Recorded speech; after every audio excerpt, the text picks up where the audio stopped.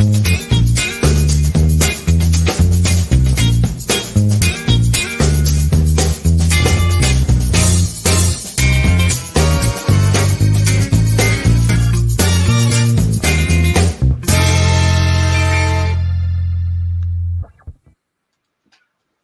good evening, good evening, good evening. Welcome, welcome, welcome, and thank you so much for joining me this evening on In Review.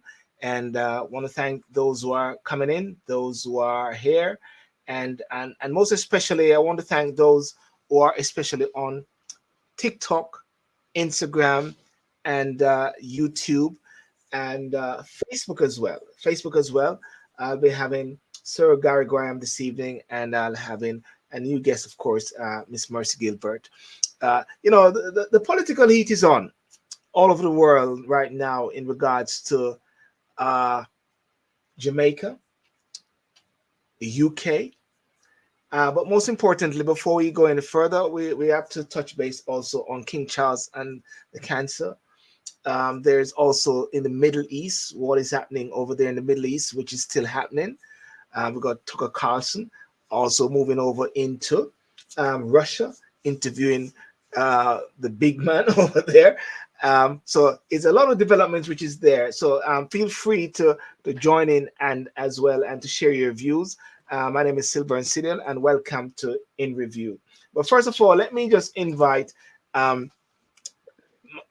Deputy Political Chairman Mercy Gilbert.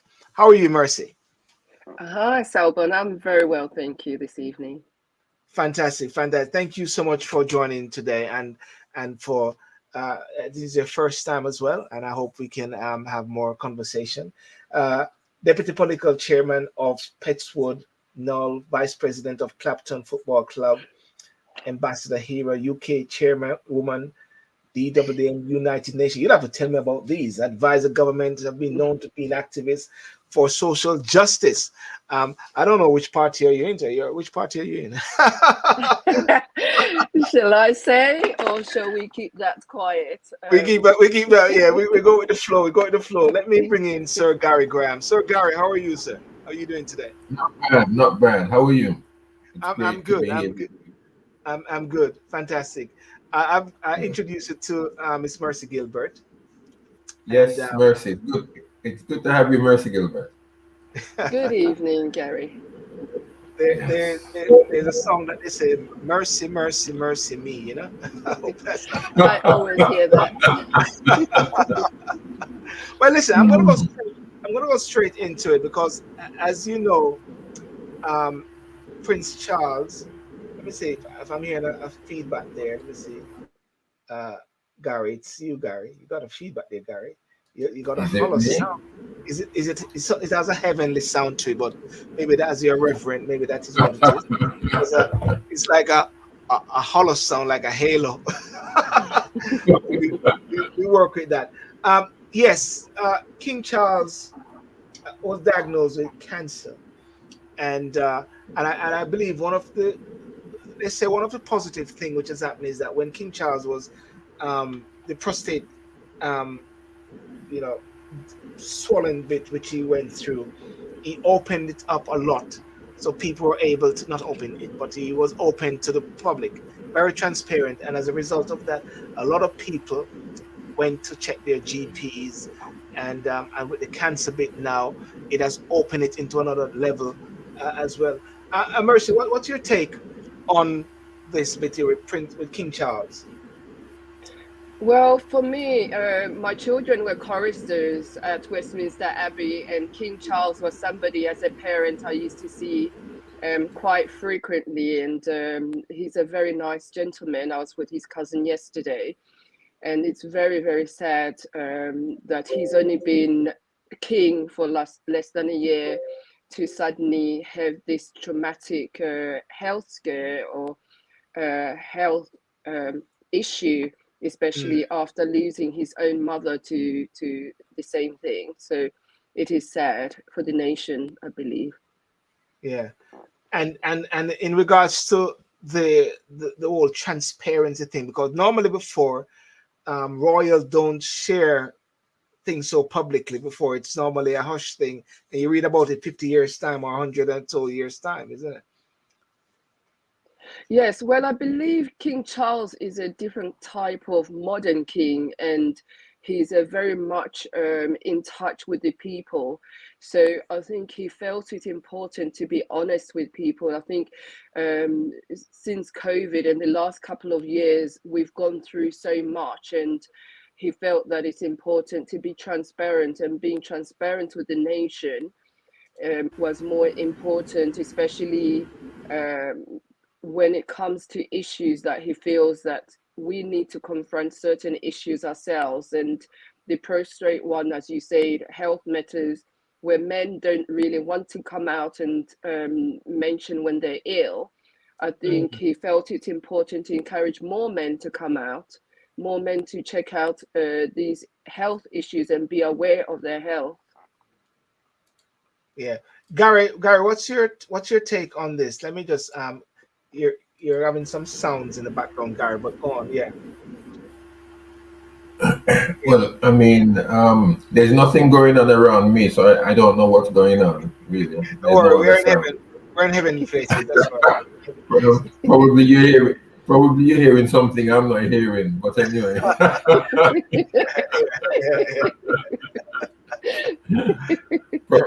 um, probably the heavenly choristers are around me. I'm not attuned to them as yet. But anyway. But yeah, it's that King Charles is having to deal with this particular illness at this time.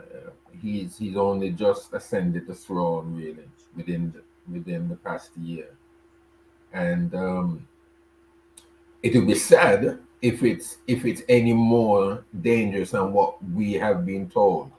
Obviously, we don't know a lot. I mean, we know that, as they say, the dreaded sea. That's it's been termed like that. We know that the dreaded sea is of various types.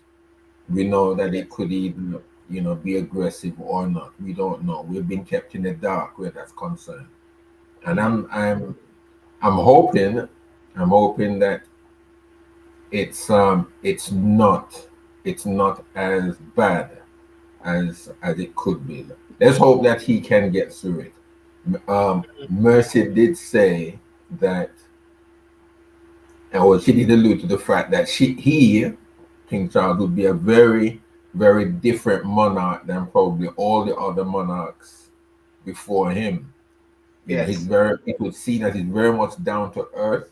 He very much dabbles in certain things that other monarchs have not.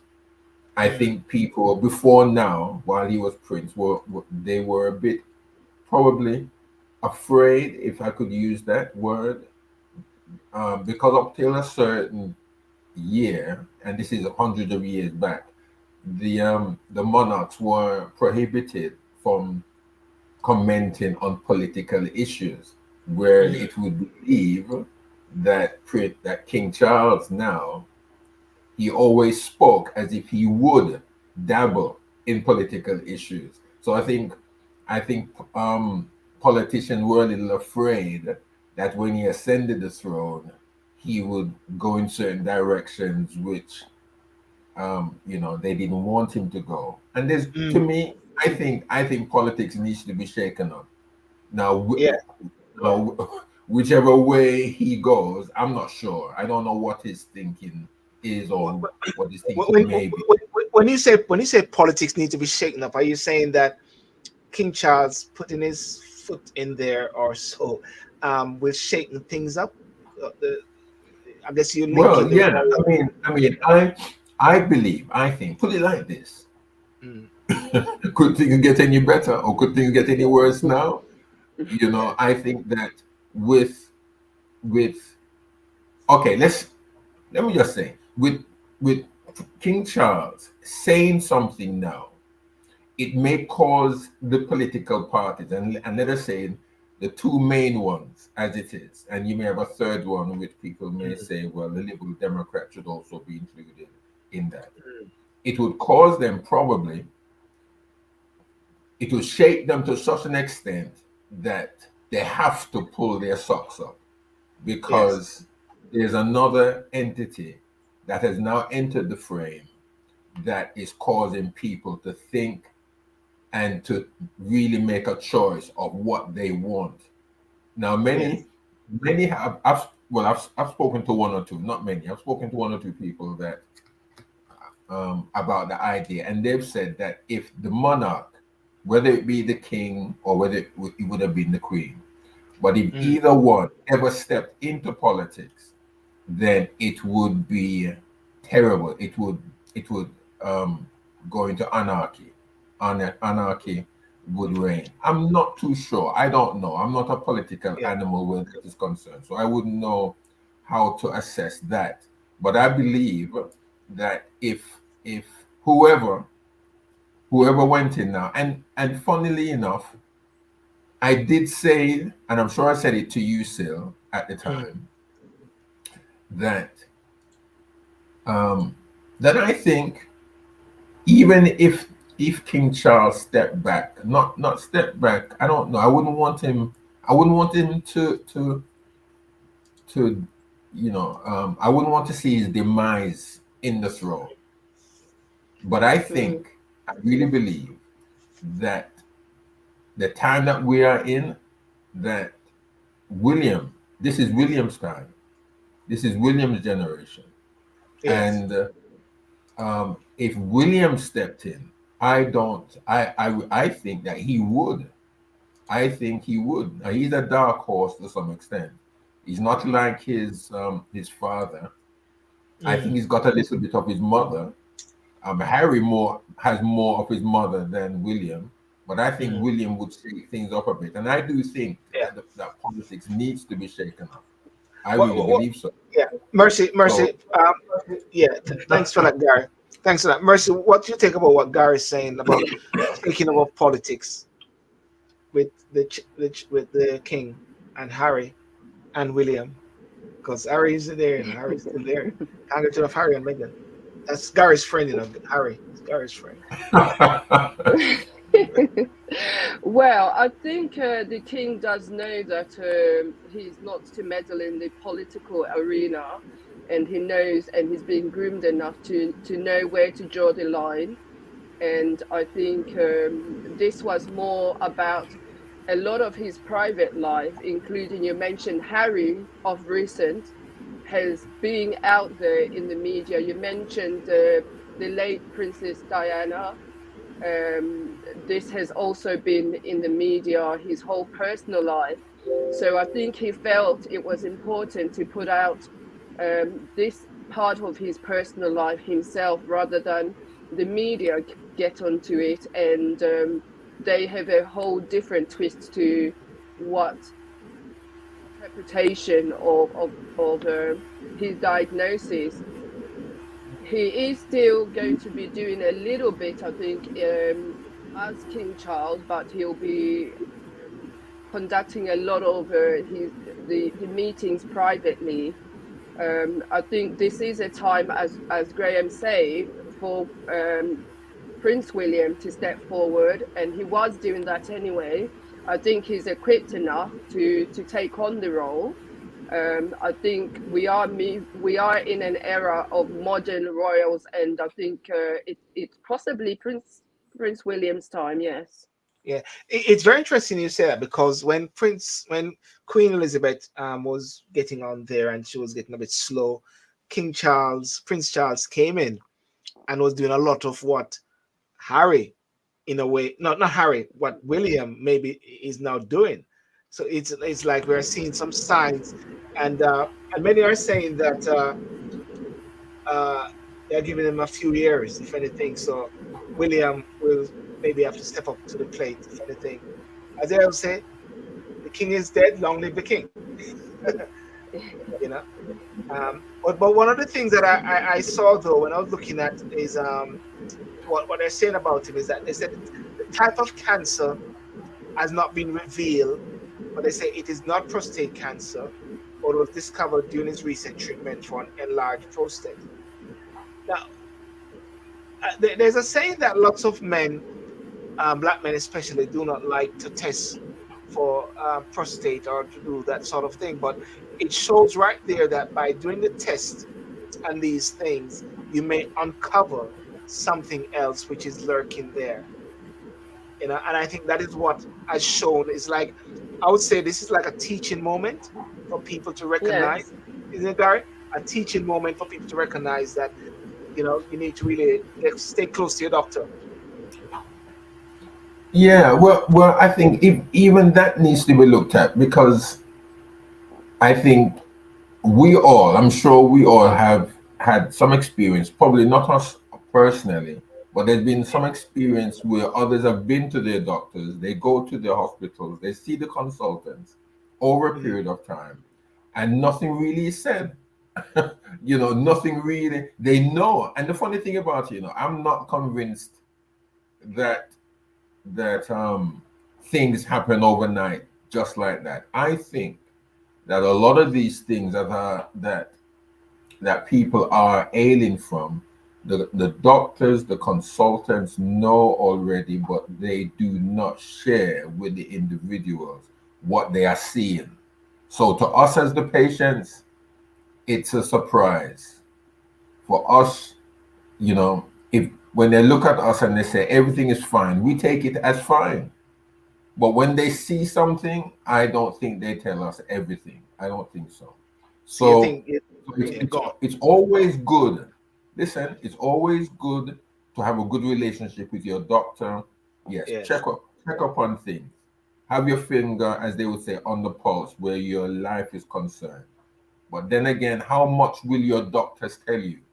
How much will the consultants tell you when you are trying to look after yourself? I'm not convinced that they tell us everything that we need to know.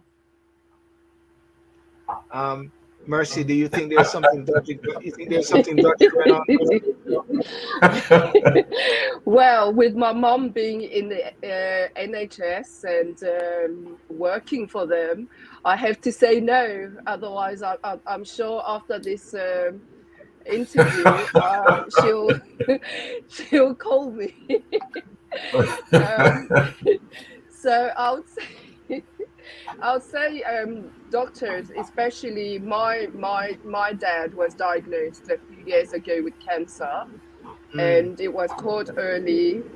Although it was caught actually by a dentist, not by other doctors. He's always had thorough health checks, and they've always, as Graham found, been flying colors.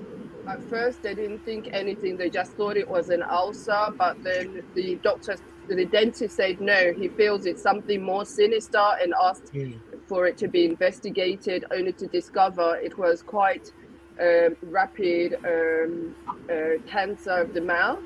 Um, it was treated early, and I think because of that, he's still alive. And I think mm. cancer is something that, if caught early, that if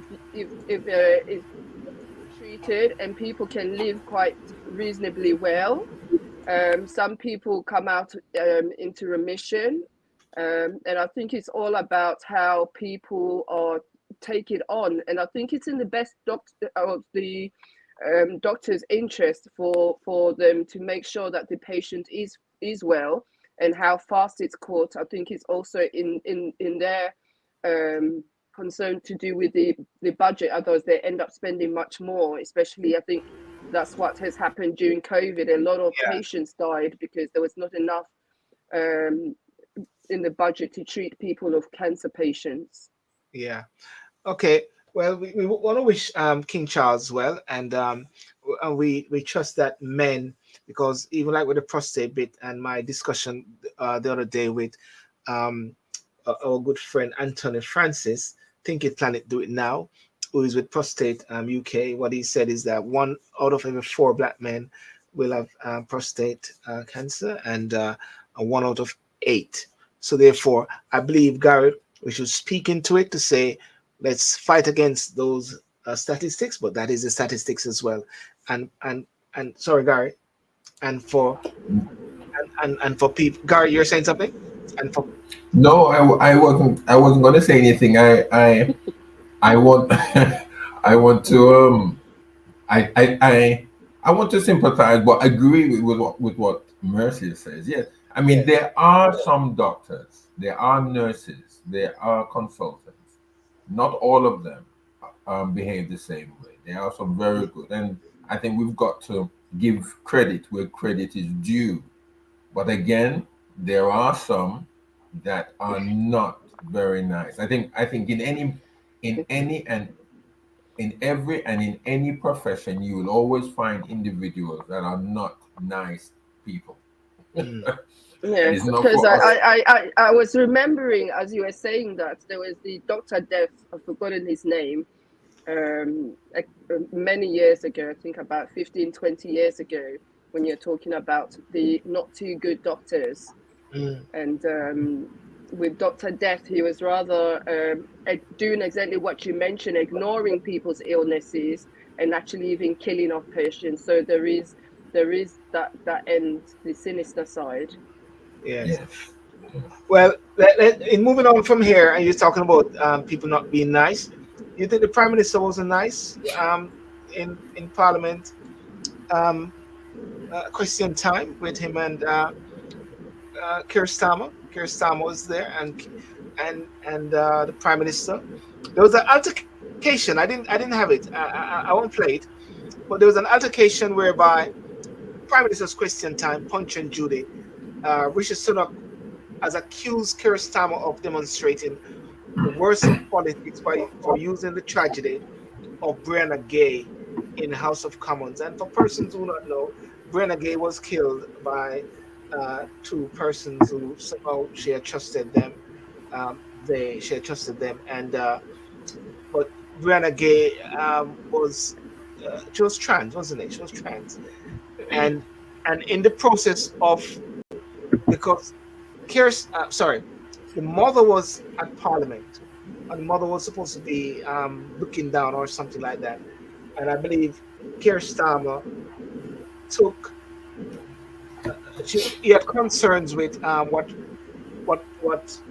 Rishi Sunak said, because Rishi Sunak set out some sort of things that they're doing, and he said a woman, people should know what they are. I don't know, Mercy, if you know exactly what took place there. It's a tricky one. Okay, firstly, he's been corrected. At the time of the comment, the mum was not there.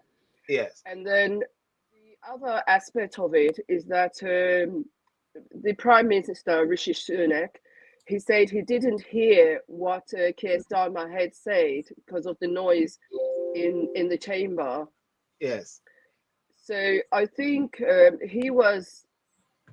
Starmer shouldn't have used a sensitive issue because he knew the mother was going to be there.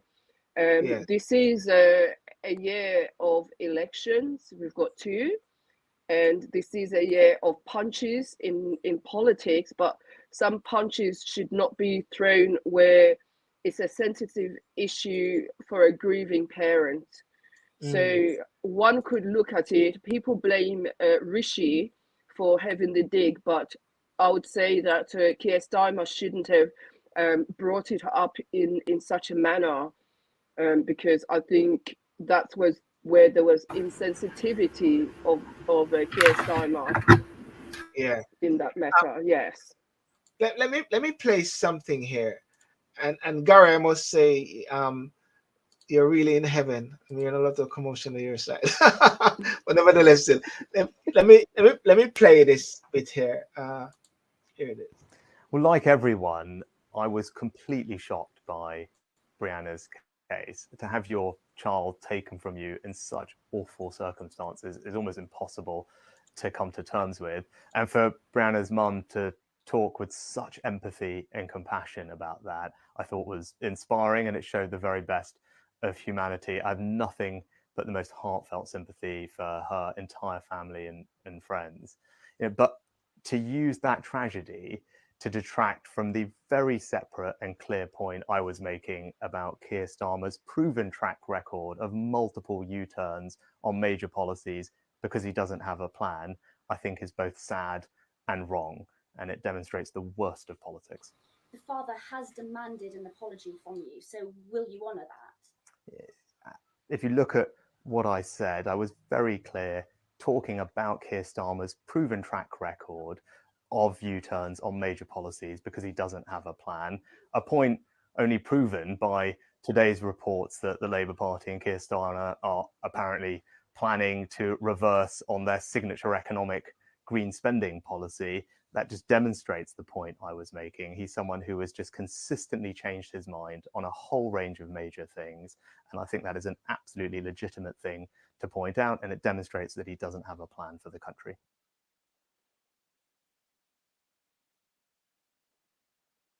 Was that very clear? Yes? Was that very clear? Mercy? Garry? I would certainly say it was very clear. I think it's exactly what I said, that it wasn't intended to have a dig at a chance. And I think it was more in response to the wavering of Keir Starmer rather than a dig at the chance. So I think, yes, it was very, very clear. Garry, do you think with this silly season of politics, because we're going to touch at the end about Jamaican politics, which is happening now, and I believe Keir Starmer, not Keir Starmer, I believe the Prime Minister said it's going to be an October election. That's the thinking, an October election, then a November election, or so. So everybody's now trying to boost their numbers in a way. Do you think that what Keir Starmer did sort of, what should I say, made something ballooned more than what it really is? And I don't know if you heard it, Garry. Yeah, I mean, I would, I agree with everything Mercy has said, and if he had said more, I would have agreed with that too. But but I think Keir Starmer, because it's an election time, he is looking to score points. He's looking to score points. Definitely. The Conservative Party is not innocent. I mean, they're trying to score points too. I mean, both parties. Whoever is going to be involved in the election is going to looking to score points. But I think what Rishi said I don't think had anything at all. I don't think Rishi was at all rude. I don't think he tried to score points off the tragedy of the family. I believe Rishi answered it the best way. I mean, what could he have done? He could have ignored the question, and what would they then say? They would say he doesn't care, he has no thought, he's wavering, he's this, he's that. Now he's answered it in this way, as probably as innocent as any politician could have done. Then they have a go at him. I mean, Keir, he's trying his best. As I've said to you, Syl, on and off the platform, that Rishi has a difficult job. One, Rishi, they don't want Rishi, right? I think his own people are trying to destabilize him. Are you doing that, Mercy? Are you trying to destabilize Rishi? I certainly am not, because I met him here when he was in Bromley, and I actually liked him and supported him. So I'm like not him. One. I like him too, and I know he's not anti-gay. He, in his speech when he came to Bromley, he spoke passionately about that we live in a modern society, embracing everybody. So I think the statement was misrepresented. Well, let's listen out of context. Well, let's listen to the statement, because hold on a bit, Syl. Hold on a bit. Before you go into that,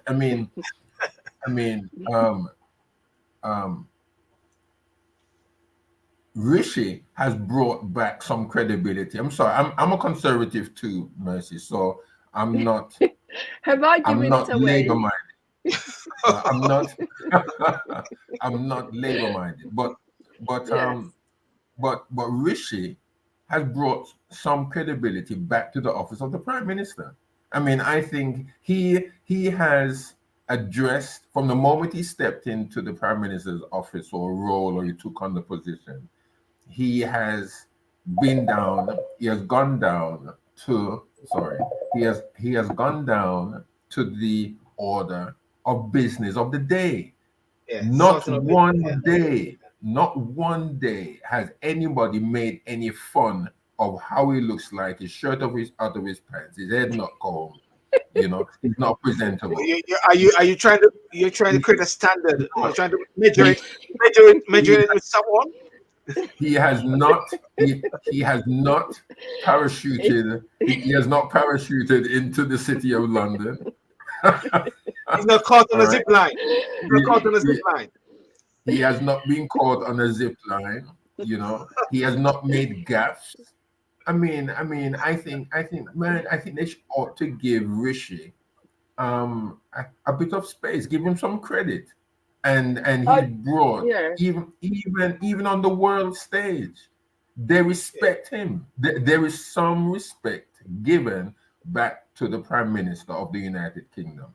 So I think it's very unfair how what's happening now within the Conservative Party and statements by MPs and those who were part of the cabinet to say that, or to give the impression that Rishi is not the man for the job and the job is becoming too left and all of that. I mean, I think they ought to really give some credibility back to leadership, and leadership is something really that yeah. void.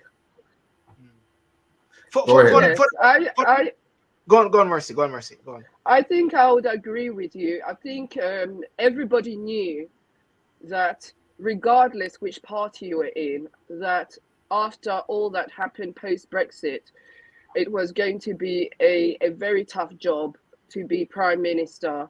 So I think he's taken it on quite well with all the challenges he met, with all the different that he had to face and pick up and gain confidence in not only the nation, in the world, for Britain to be seen in a good light by the world, because I think it had got to a point that we were now a laughing stock to the world. Because I remember that time that a lot of people internationally were calling me and saying, what has happened to your country? Yeah. Britain is the leader in politics, the leader in everything, and what is going on? And you're becoming a laughing stock. So I think it was going to be a tough call for whether it be Labour, Lib Dems, or Conservative. So I think sometimes we do like to, as British, as people watch football, to be the footballer narrating from the sofa. It's quite easy to narrate from the sofa and play the game from the sofa. But when you're there in the seat, or be an armchair person warrior on your phone as well. Yes, but when you're in that seat, in there, number 10, having to make tough decisions, it's not as easy as people make it out. And we saw that when Liz Truss went there and others have tried. And I totally agree with you, Graham. I was thinking that I think we have been here before, and I don't know what the margin was. I'll have to check it out myself. But when Ed Miliband was running against David Cameron, am I correct? Yes. He was very sure that they were going to win. They were there, and he even created a plaque, like the 10 Commandments. Yes. And everybody was there. And I mean, some were missing David Miliband, but Ed Miliband was the man. He lost, and everybody's still wondering what happened. And then came along Jeremy Corbyn. Oh, Jeremy Corbyn! Everyone thought that Jeremy Corbyn was going to win. Everyone, he didn't win. I'm watching this, I'm watching this. I'm not give up. I always know who's going to win, but I'm not reaching the point yet to give a call yet. You know, I know what was happening with Brexit. I know what was happening with Cameron. I know what was happening with Boris. I'm always right, but I'm not got the release yet. Gary, do you know if God gonna give me the release? You know, who's gonna win? Who's gonna win? Who's gonna win this No, election? I believe, and I'd want the country to look at what has happened. And I keep on saying that England cannot come out of the recession or cannot come out of the difficulties, and the rest of the world is still fighting for survival. It can't happen. And I think that Rishi has done well. He has done well with what he has had to deal with. He's had done well, and I believe that the country should give Rishi a chance. If they change the party, it's going to change direction in which the country is going. And I don't believe that Sir Keir Starmer, is the right man for the job. I don't think so. I don't think he's got the political will needed, the political leadership that is needed for this time. I don't think that. Well, when you look at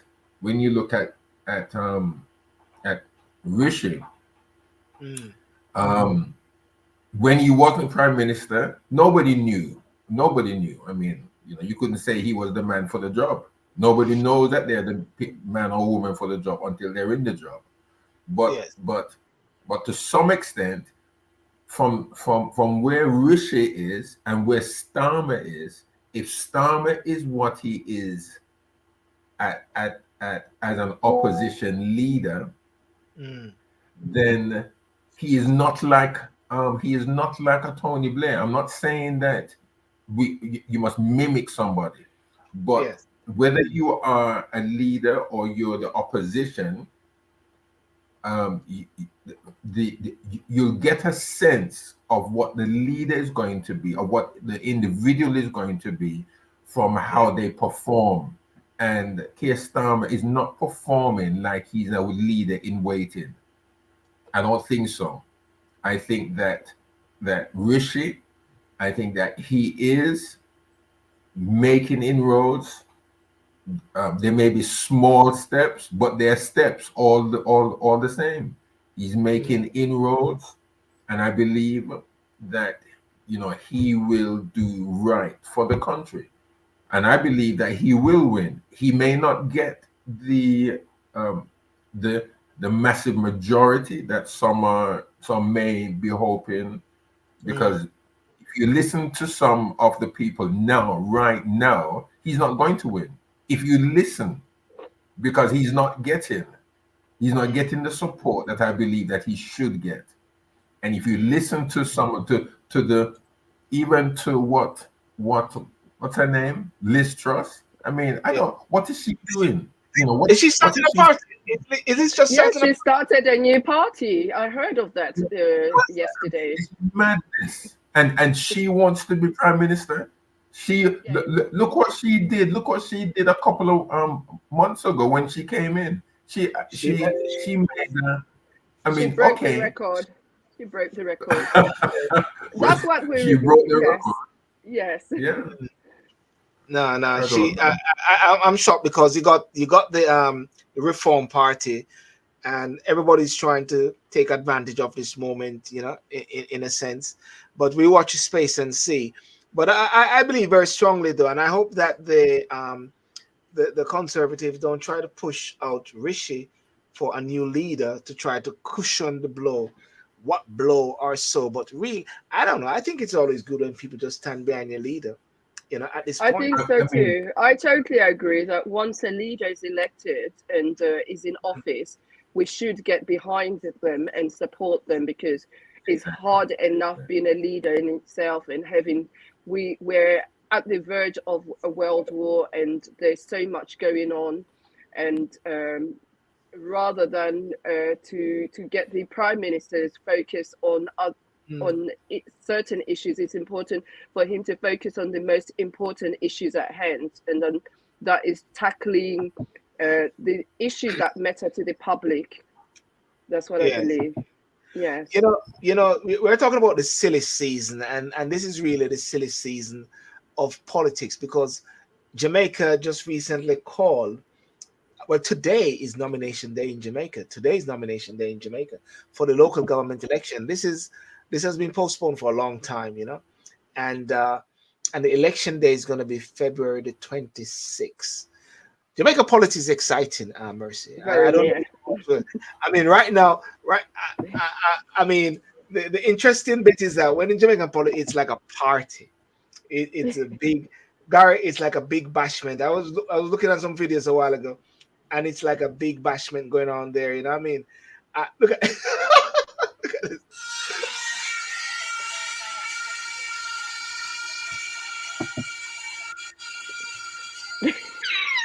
That is that. Look at this.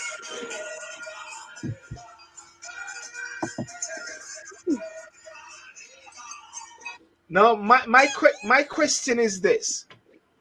I know my fellow Jamaicans might get upset with me, but when are people able to really listen to policies properly? Gary, Mercy, I don't know. I mean, Mercy, you're from what do you call it? Zimbabwe. Zimbabwe, Yes. with the great Mugabe, um, you know. But do you think the leaders take the people for idiots when they go like this? They don't. It's like they're not wanting to let the people, I believe, understand policies, but more music and running with it. I don't know. It's out there. You guys can say what you want to say. Garry, you're Jamaican. Mercy is Jamaican to be. I'll let Garry go first. Go first, Garry. I mean, do they have to go on like that though? Garry, that's Jamaican politics, man. I don't have anything to say about that, I mean, politics in Jamaica is a funny thing, as you know, and it's and they haven't really been addressing the issues. They've got more than one issue that they're addressing all at the same time. First of all, they looked at some months ago. They looked at the Jamaica becoming a republican, or they want to get rid of the king. They want to get rid of the king, Mercy. That's your Jamaica want to get rid of. I remember the trip of Prince William and Kate last time, so that didn't go down too well. So yeah, exactly. Now the thing about it is that they've got that. They've got local elections which they need to run, but at the same time they're pushing national elections. I mean, I think, and they're not properly educating the masses. The Sylbourne, some months ago, he gave some figures of how many people actually voted compared to the percentage of the population, and it was less. It was about 30%. 30, either 31 or 37%, Mercy, of the electoral list who were eligible to vote went to vote. And 1.92 million were eligible to vote, and just between two parties about 800,000 voted. And that was in 2020. During the COVID, they had that election there. So there's an apathy when it comes on to voting. That was a general election. So we're watching to see what the turnout is going to be for this local government election. Yes. Yeah. It's like in Africa. Perhaps it's like in Africa where sometimes people know the outcome before the elections, and they feel that there's no point in going to vote because they feel that if they go to vote, their vote is not going to count anyway. So in that way, they feel it's better to leave voting and just let the results be. You think so? Wow. That's what I think. So yes, it's either that or what you say to that. There needs to be more education, just as we did with Operation Black Vote, where people need to be educated that their vote counts. If they want change in their nations, they need to do that change with their feet. So Yes, perhaps that might be the other spectrum. yes, yes, yes. Mercy and I went on the Operation Black Vote scheme, Gary, where we shadowed MPs in the United Kingdom, wanting to get our feet into politics. So it's a way of educational. Educational is so important, and I believe somehow something like of that nature could do well in Jamaica as well. Educational. I tell you what I've been doing, Mercy, regarding this Yeah. election, Gary. I've I've made it a point of my duty. The one way I'm going to contribute to this election is something which the Integrity Commission in Jamaica has been trying to get the government to sign, and that is the seven principles of Nolan, the seven Nolan principles, the Integrity Code of Conduct, which all MPs in the UK have to sign up to. All leaders have to sign up to it. Everyone in political have to sign up to it. Objectivity, honesty, openness, integrity, leadership, selflessness. See, I even know them by heart now. I think one may have been missing. And and what is happening is that I'm saying to Jamaicans, and I've been doing these videos. When I go to the park, I do these videos by saying, challenge each member of no each council candidate who is putting themselves forward to run as as a candidate. Challenge them. Are you sign up to the Nolan principles? Are you sign up to the code of conduct? Will you be open? Will you be honest? Will you have objectivity? Will you be accountable? Will you have leadership? Will you have selflessness? These are the things. But when you see what is going on here in the videos, this is not communicated to I don't know. Will any of these leaders even go to the people?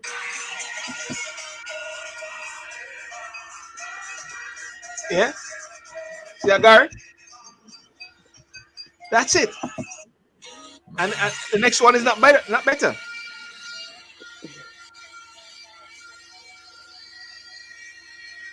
Why is that? Somebody daggering. Well, I don't know. They don't Anybody have can. any. Huh?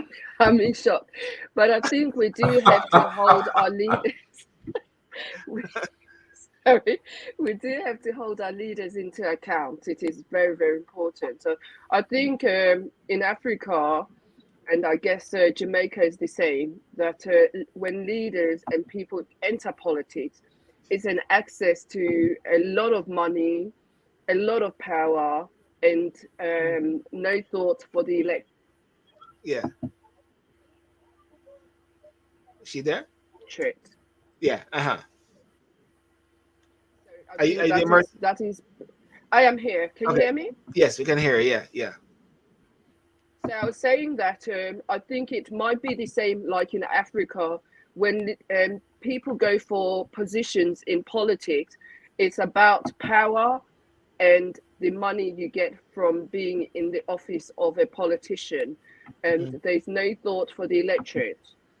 Yeah. And I think possibly that might be the problem that causes this sort of governance. Yeah. And there's a talk about buying up votes, and there's a talk about someone Well, holding. no difference to Africa. Okay, So, well, watch this. Watch this now. This is going around saying it's a buying of votes. No, I'm not going to say this is buying of votes to anybody, but I'm going to show you what is going around in Jamaica now. Watch this.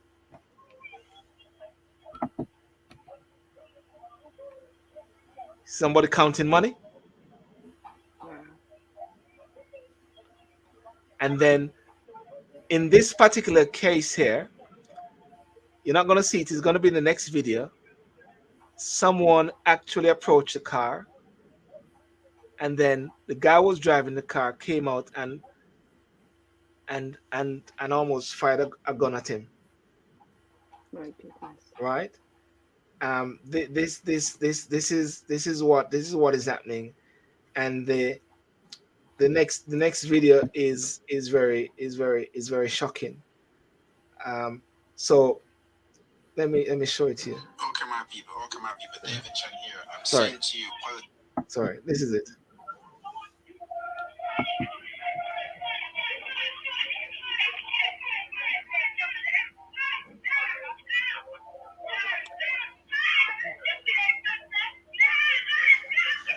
Mercy, is that because one came to as if to cause a diversion? well, One I was don't counting know. money, and the other one What is came on the what other is side. what it is alleged? What is alleged is that one was buying votes, or there's some money was being changed, and then the guy in the car apparently is a counselor, and then the guy who owns the place apparently he's in a red shirt, but red shirt in a way signifies another party, PNP. The other guy was in green, so he's JLP. So therefore, the color dimension there. So he went over to him for something and said, "This is my place, whatever." And then he said the guy with the gun, who was a counselor, pulled his gun out, saying it wasn't fair. Is that his thing is that it was fearful, but how can you be fearful of someone coming to attack you with a foot or, or coming at you? So I think what I'm actually trying to say is that it, the whole essence of it has got to change. And as Black African countries, Jamaica or so, Mercy, you said it a while ago. We've got to do better than that. We've got to educate our people. We've got We to educate certainly our do. public. Not with We noise and certainly music do. and bang around. All right, you're going to go to Jamaica. Mercy, let's go to Jamaica and do some educational course. And I'm saying, go ahead, English people. Bring it on. Bring it on.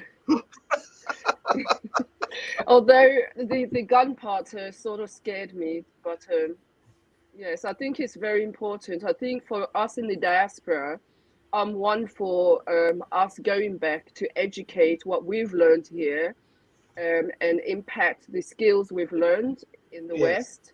Not that I'm saying that the West is perfect. We in the West can learn things also from Africa and the Caribbean and adopt them as well. So Yes. I think it works both ways. But what if some say, are you trying to imply that the West is much better? The West is the authority on this when the West is creating a lot of problems all around the world. Lost you there, Mercy. Your image, your face. Yeah. What people say No, that can you hear me? yeah, we can hear you.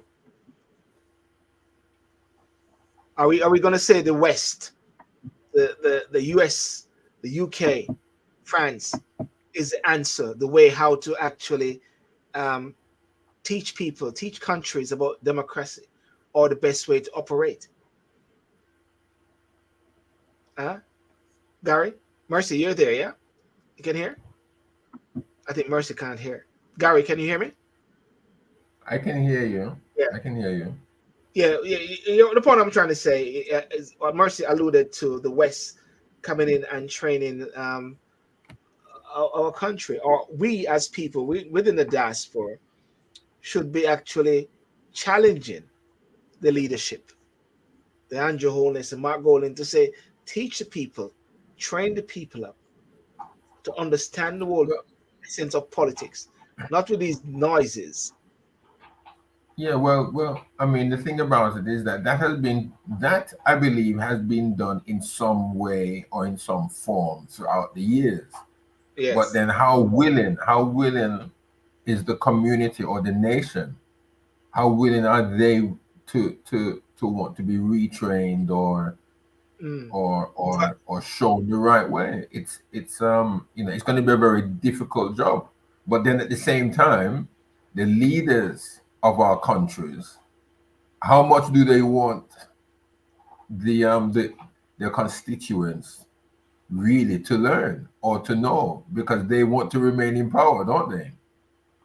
Mercy, do you think one of the reasons, Garry and Mercy, do you think one of the reasons why is they want to keep people ignorant in a way? Yes, I certainly agree, because when people are like the Bible says that Like people do not, yes, they don't have knowledge, they perish for lack of knowledge. Yes. So I'll totally agree with that statement. Yes. Yes. Yes. Yes. Well, I'm really just hopeful, very strongly that somehow that the whole essence of politics in the Caribbean, especially Jamaica, will change. There's going to be this election on February 26th, but I hope it will send a signal over to the general election, because I believe that if it goes well for the reigning government, because this is going to be seen as a referendum on the Andrew Holness government, then if it goes well for him, I don't see far away from a general election, which is due constitution in 2025. So he might want, to have a next election, and I just hope that lots of people really home in on the fact that they need to challenge their leadership, because I believe that politicians are really servants of the people, those who are elected, and the people are actually the boss. They're not squatters.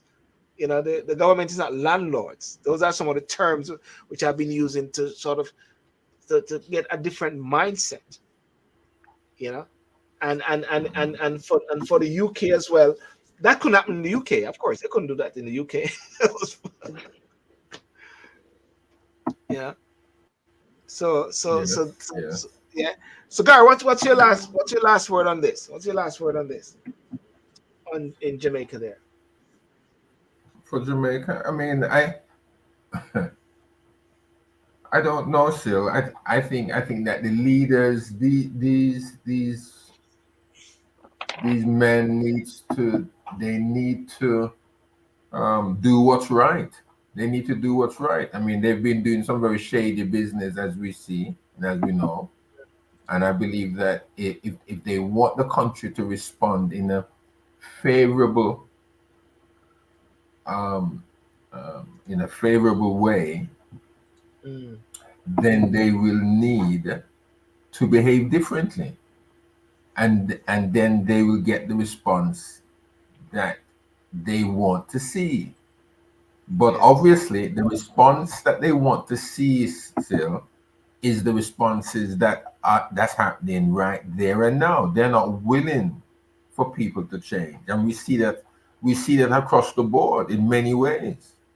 You Mm, know, mm, it's so sad because if I'm reading it correctly, and Mercy may correct me on this, in as much as within the African countries, because we see that um, the presidents and the leaders there, they may be in office for 2 terms. There's one particular, I can't remember which country that this leader was in, uh, but they're there for 2 terms. It's not constitutionally correct now for them, or for this particular one, to run again. But what is he doing? He's running again. No, I mean, it seems, and the old adage says, absolute power corrupts. and power Absolutely. corrupts. Something like that. And power Yeah, something corrupts. like that. Absolutely. Yeah. Yeah. Mm, Absolutely. And when an individual tastes real power, they don't want to let it go. And so yes. what happens? What takes place? History just seems to repeat itself. Yes, certain African countries were coming from a very troubled time, very troubled years. Okay, they rebelled, they revolted, there was fighting. Then all of a sudden, there's peace. Yeah. There's peace, and people are now coming together. There seems Yeah. to be, let's say, a government of reconciliation. People come together, and there's relative calm. Everybody Mm, thinks now that democracy has taken over. Then all of a sudden, an individual comes in, has tasted power for 2 terms, totaling 10, 15, 20 years. His run of leadership has come to an end as far as the Constitution says. But what mm, then does he want to do? Other leaders, and sometimes it's the younger generation that's coming up saying they want to change, or the opposition leader who was once a member of his party now is yeah. running against him what do these leaders then do? They outlaw, they put them under house arrest, they do everything possible for them to stay in power. Now, what's all that about? And even though Jamaica has not gone that way yet, the Caribbean islands have not yet experienced that. But it's the same sort of thing that seems to be happening, where they want to stay in power, they don't educate the population, or if they do, it's a very small percentage Sector, that yeah. they're educating. And then when they want to change things, like Jamaica wants to go from a parliamentary kind of thing to a public kind of situation, they don't educate the people of what this particular leader or the president of Jamaica, let us say, is going to be. They don't share. And so the people remain in the dark. There's rumblings, there's earthquakes. When I say earthquakes, I mean politically, the communities, they're upset, they're not happy. People then begin to grumble again, and then violence takes place because the political parties are trying to hold on, either trying to hold on to power or trying to gain power, and it's all a big mess. It's all a big mess. And then Mercy, what you have is a situation whereby the people who are the ones who actually go out to vote a lot are normally those who are of the poorer community, and they at times don't have time, even Garry, for these education bit and all these things, because they're more worried about that felt need of employment, of feeding their children, of going to school or whatever like that. So they're not caring about this king and this queen and removing king and all those sort of things. They're more concerned about the felt need issue. And that is why, as Garry said, the government also need to really educate the people to a certain extent. But I don't think they have that interest, because it is in their interest to keep the people dumb, ignorant, and fool. And that is why you have a situation, and I'm going to play it again. I got a situation whereby people are dancing when it come on to an election and not actually listening to the policies. Michelle, good evening. How are you, Michelle? You're late, Michelle. I'm gonna put you on the naughty stairs because you just came in. But on a final note, though, one of my dream is for people who are wanting to vote in elections must challenge the different leadership. Definitely. The 7 principles of public life, which a prime minister and opposition leader have been asked to sign, subscribe to, and commit, are as follows. I can say confidently what I understand is that the prime minister has not signed up this, neither is members of parliament. The opposition leader has signed up to it. And what they need to sign up to, what people need to challenge every single council candidate is: 1, selflessness. Holders of public office should act solely in terms of the public interest. The first one is selflessness. And the second one is integrity. That talks about holders of public office should not place themselves under any financial or other obligation. This is what they do here in the UK as well. They challenge them in the same Nolan principle. Objectivity. Challenge the local government candidates in carrying out public business include making public appointments, awarding contracts, or recommending individuals for rewards and benefits. They call this illicit enrichment, corruption. There are 6 MPs in Jamaica who are being investigated, Mercy, and they're going around. In the UK, that would never be, because the whole government would have gone. Am I right? Well, we did see it happen already, isn't it? So, in the UK, so it would not happen. So it wouldn't happen. Definitely not. Yes. Everybody would have gone. Yes. Accountability. Holders of public office are accountable for their decisions and actions to the public and must submit themselves to whatever scrutiny is appropriate to their office. Now, there are some creatures of parliament which have been created, like the Integrity Commission, Auditor Office, and these are all now fighting with the government. And these are supposed to be accountability holders. And now you have openness.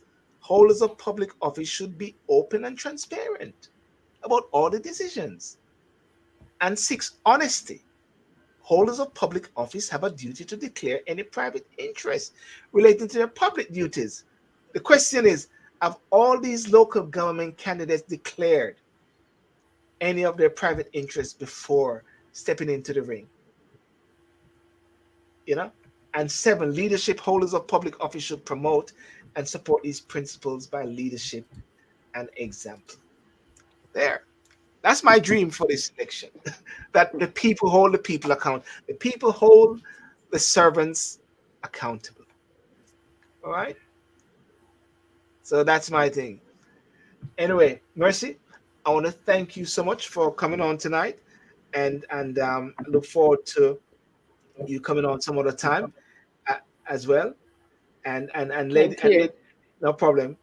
And Garry, thank you again for coming on. And ladies and gentlemen, just say Mercy is the deputy political chairman of Petwood Knoll, vice president of Clapton Football Club. Do you play football?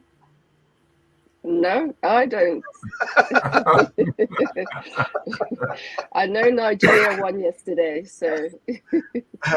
Ambassador Hero, UK chairman of DWDN, United Nations, and advisor to government lobbies, activists, and for social justice. And Garry, the man with the plan, who can tell you what is God's heart for the nation. What is God's heart for the nation, Garry? Well, I think I mean, well, let me just say it was a pleasure being on the platform with yourself and Mercy, and to meet her for the first time. Hope that I can meet her in person one of these days. Yes. Likewise. But I think that what is God's heart? God's heart for the nation is that we turn to Him, really. And I can only say that because I'm a Christian, I'm a minister, so I shouldn't say, and I can't say anything any different. Yes. If I said anything any different, then I have to look at my credentials again and make sure that I'm doing. But yeah, I mean, I think it's God's heart for the nation and for all men is that they turn to Him and that they acknowledge Him, because there's a better way at doing things and a better way to live, So my heart is that we all acknowledge the Lord and we seek to please Him, because obviously the reason why we're in this situation is because we have, or mankind, humanity has rejected God and wanted to do their own thing and to live their own way. So before anybody says that I'm Bible bashing and abusing them mentally and emotionally, I better stop right there.